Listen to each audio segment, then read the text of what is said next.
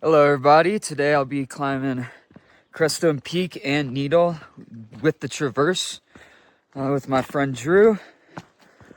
We just started at our campsite. It's around 6 o'clock. Came in last night, camped just above the old trailhead.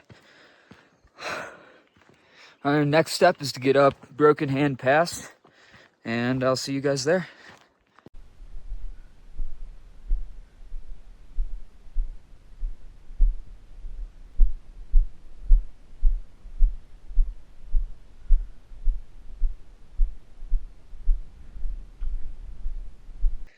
All right, we are up at the bottom of Broken Hand Pass. There it is right behind us. Just threw our helmets on because this is a very dangerous rockfall area. You got great views down to the lower lake, and can't really see the upper lake from here down the valley. I don't know if you guys can see it, but there's some fog in there. It's pretty awesome. But next step is to get up and over this pass, and then we'll be heading down to Cottonwood Lake and then over to Crestone Peak.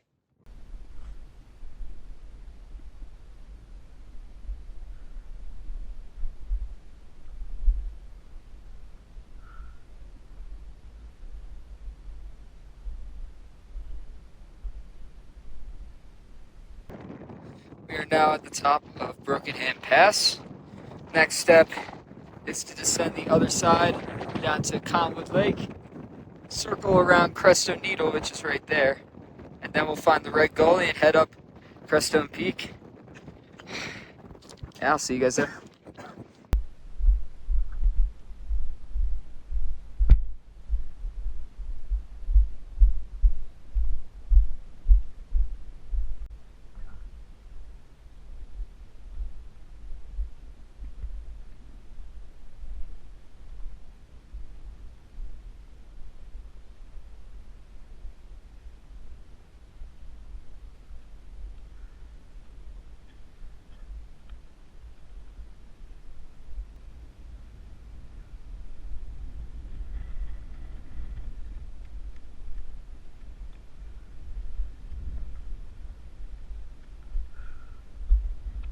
We are up in the red gully, about 1,200 feet from the summit now.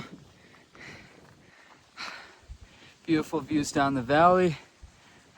Good polished rock, pretty solid for the most part, but there is some loose rock that you gotta be careful of, especially when you got people below you, like we do now.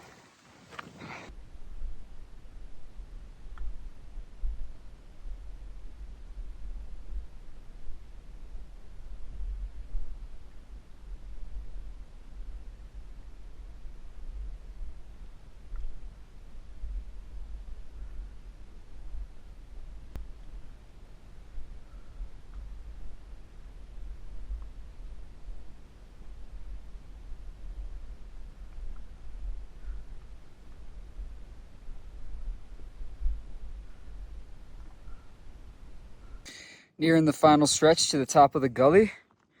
I gotta be a lot more careful on this last bit right here. A lot of loose rock, definitely some big loose ones as well. And everything's just gonna funnel straight down this gully. But hey, we're at 13,700 right now. So it looks like we got about 600 feet to the summit. Very deceptive because it looks a lot closer than that. But yeah. Right around here is also where we need to cut over to the Traverse. There's a cairn somewhere right there.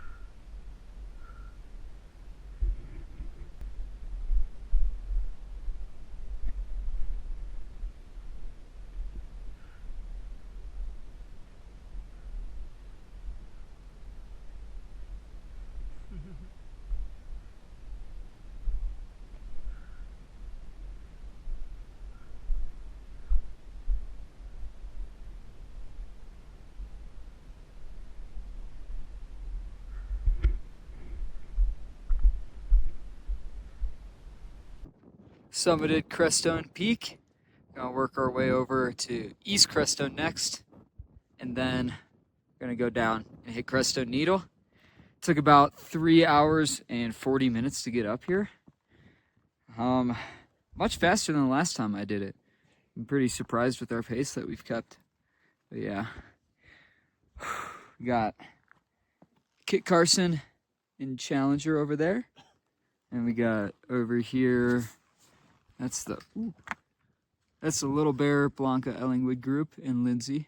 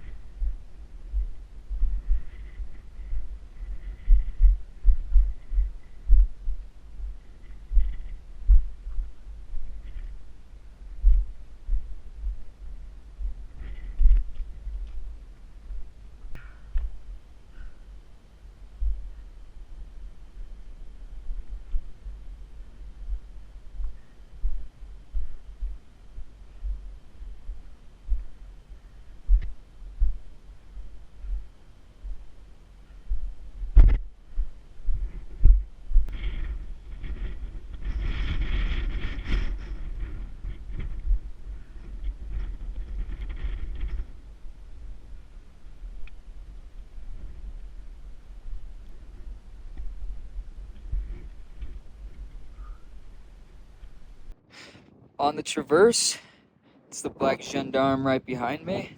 I think that's how you say that. Looking at all the hardest parts ahead, super excited for that summit pitch. Lots of exposure. Should be pretty solid rock coming up. See you guys up there.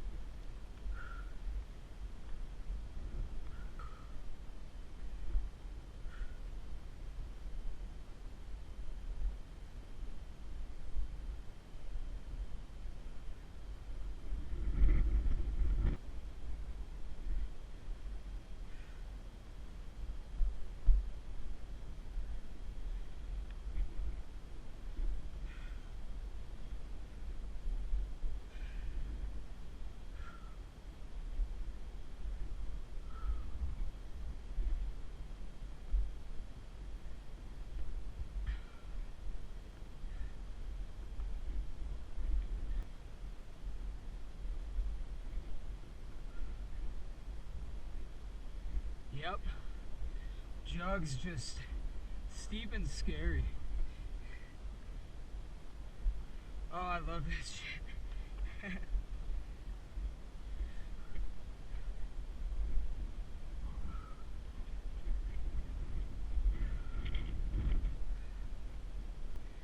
This part is a little cruxy.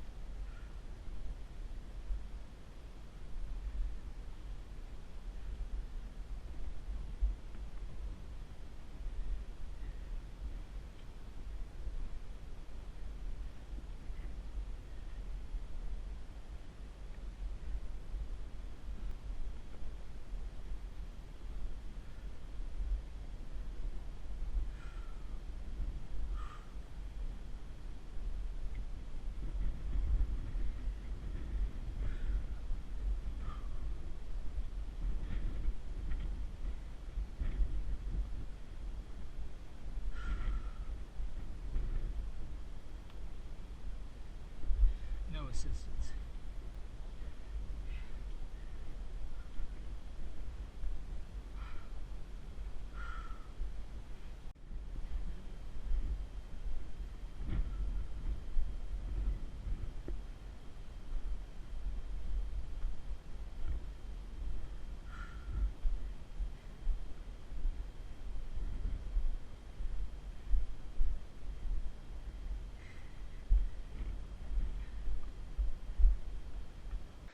At the top of Crestone Needle, that traverse is incredible. Took about an hour and a half from the top of East Crestone. That last head wall is something for sure. It's very, very steep. Lots of jugs though. Lots of solid holds, but definitely very airy and exposed. We're gonna start making our way down. We're about a little less than 6 hours from when we started. Yeah, see you guys down there.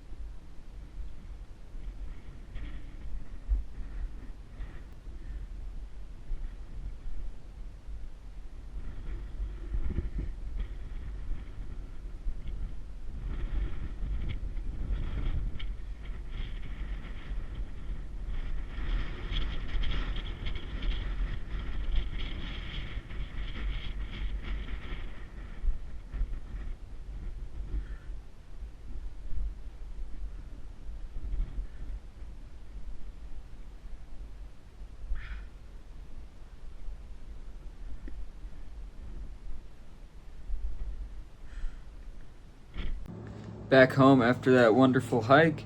A couple notes. It was round trip 9.7 miles, 5,600 vertical.